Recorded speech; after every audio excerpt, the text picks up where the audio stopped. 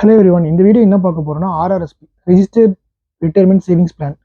இது வந்து நிறைய பேருக்கு மோஸ்ட்லி ஐடியா இருக்காது. இது ஆர்ஆர்எஸ்பி என்னதுக்குன்னா, நீங்கள் வந்து ரிட்டையர்மெண்ட்காக அமௌண்ட் சேர்த்து வைக்கலாம். சப்போஸ் வந்து சில பேர் வந்து ரிட்டையர்மெண்ட் வரைக்கும் நம்ம இங்கே கனடாவில் இருக்க போகிறது இல்லை, சீக்கிரம் இந்தியா போகணும், அதுக்கும் சில ஆப்ஷன்ஸ் இருக்குது. ஸோ ஆர்ஆர்எஸ்பியோட பெனிஃபிட்ஸ் என்ன, அது எப்படி ஓப்பன் பண்ணலாம், அது அது என்னென்னலாம் அட்வான்டேஜஸ் இருக்குன்னு தான் இந்த வீடியோவில் பார்க்க போகிறோம்.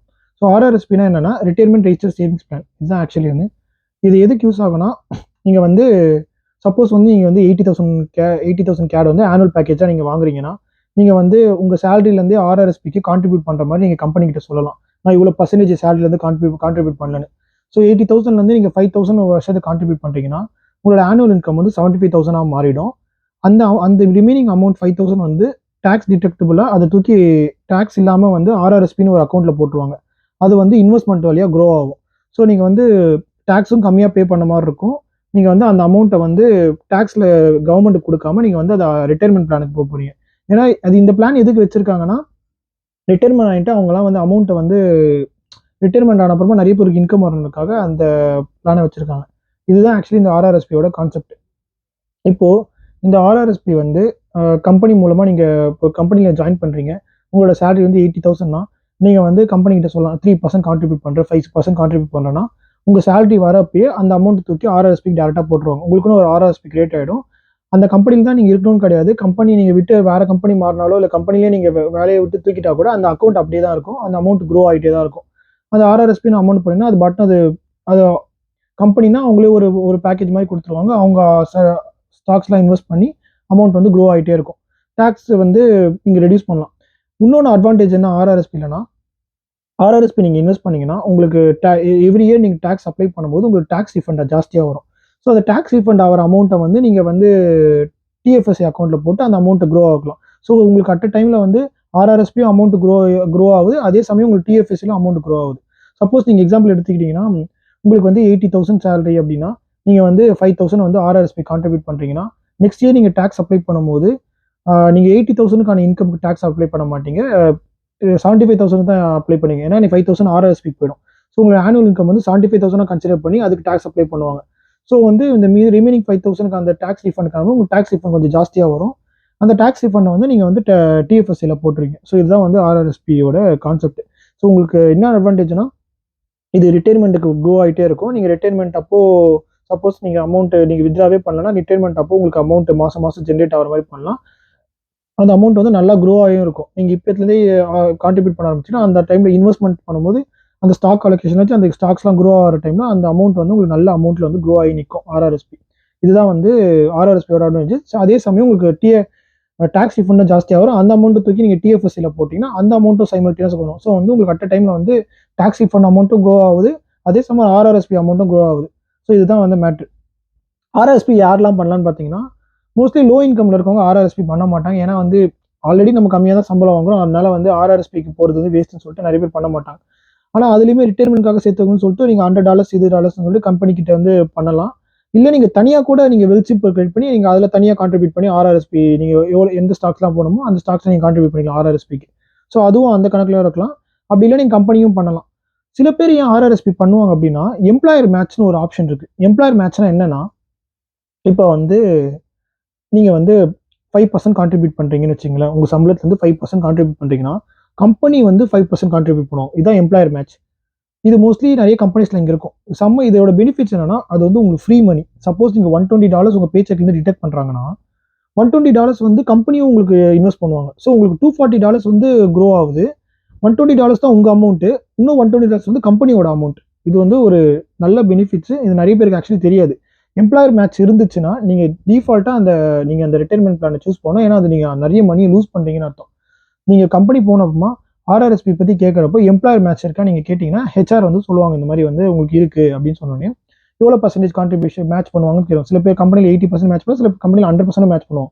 இப்போ நீங்கள் 5% கான்ட்ரிபியூட் பண்ணுறீங்கன்னா கம்பெனியும் 5% கான்ட்ரிபியூட் பண்ணும். ஸோ 10% வந்து உங்களுக்கு இன்வெஸ்ட்மெண்ட்டில் க்ரோ ஆகும். அந்த ரிமைனிங் 5% ஃப்ரீ மணி. இது எந்த அமௌண்ட் உங்களோட அமௌண்ட் எதுவுமே கிடையாது, அது எம்ப்ளாயரோட அமௌண்ட்டு.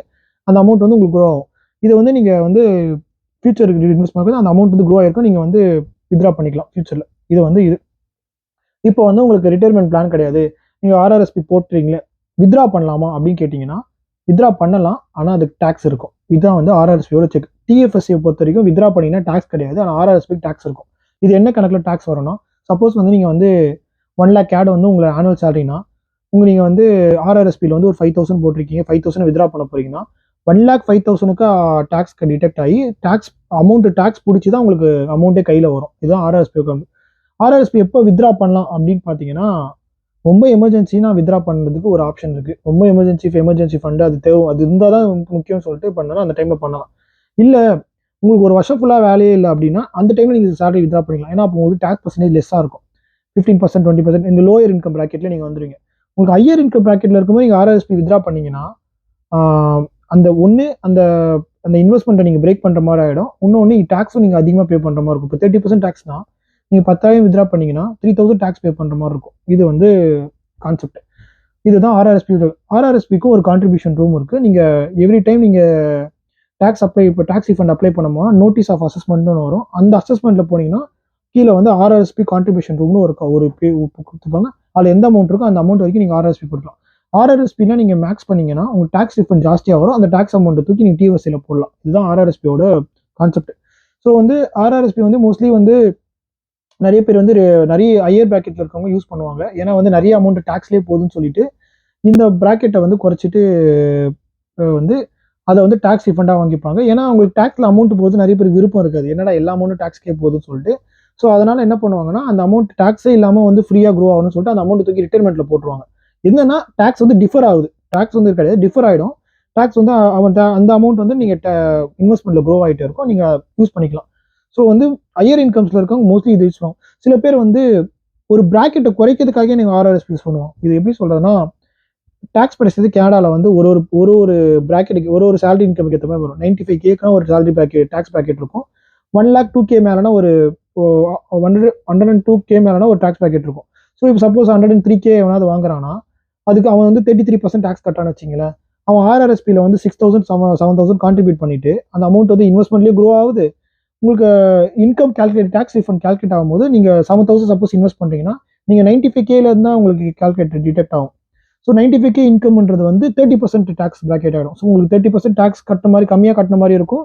அதே சமயம் நீங்கள் வந்து அந்த மீதி இருக்க அமௌண்ட்டை வந்து நீங்கள் இன்வெஸ்ட்மெண்ட்டில் க்ரோ பண்ணுற மாதிரி இருக்கும். ஸோ இது ரெண்டுமே இதெல்லாம் சில ஆப்ஷன்ஸ் இருக்குது ஆர்ஆர்எஸ்பி பொறுத்த வரைக்கும். ஸோ ஆர்ஆர்எஸ்பி மெயினாக டேக்ஸ் ரீஃபண்டுக்கு யூஸ் ஆகும். அதே மாதிரி ரிட்டைர்மெண்ட்டுக்கு நல்லா இன்வெஸ்டிங் க்ரோத், அது ஒரு க்ரோத்துக்கு இன்வெஸ்ட் ஆகும். ரிட்டைர்மெண்ட் வெல்த் ஒரு கிரியேட் பண்ணலாம். இதுதான். இல்லை உங்களுக்கு சப்போஸ் வேலையே இல்லை, அந்த வருஷம் வேலை இல்லைனா அந்த அமௌண்ட்டை நீங்கள் வித்ரா பண்ணிக்கலாம். அதுக்கு வந்து நீங்கள் டேக்ஸ் பே பண்ணுற மாதிரி தான், நான் கம்மியாக பே பண்ணுற மாதிரி. ஏன்னா நீங்கள் அப்போ அந்த ஹையர் இன்கம் ப்ராக்கெட்டில் இருக்க மாட்டீங்க, லோவர் இன்கம் ப்ராக்கெட்டில் இருப்பீங்க. இதுதான் வந்து ஆர்ஆர்எஸ்பியோட. ஸோ வந்து இதுதான் ஆர்ஆர்எஸ்பியோட ஓவரால். இது நீங்கள் கம்பெனியாக ஒன்று ஆர்ஆர்எஸ்பி பண்ணுறாங்கன்னா அவங்களே வந்து ஸ்டாக்ஸில் நீங்கள் எந்த மாதிரி ஹை வாலட்டைலா ஹை ரிஸ்கா, மீடியம் ரிஸ்கா, லோ ரிஸ்கான்னு சொல்லிட்டு போனீங்கன்னா அவங்க அதுக்கேற்ற மாதிரி அவங்களுக்கு கம்பெனியே ஃபுல்லாக வந்து இன்வெஸ்ட்மெண்ட்ஸ்லாம் பண்ணிடுவாங்க. கம்பெனி மூலமாக நீங்கள் ஆர்ஆர்எஸ்பி பண்ணிங்கன்னா அப்புறம் வந்து கம்பெனி மூலமாக எம்ப்ளாயர் மேட்ச் இருக்குன்னா அவங்களே எம்ப்ளாயர் மேட்ச் போட்டுருவாங்க. அந்த அமௌண்ட் அப்படியே க்ரோ ஆகிட்டே இருக்கும். இது வந்து ஆர்ஆர்எஸ்பி.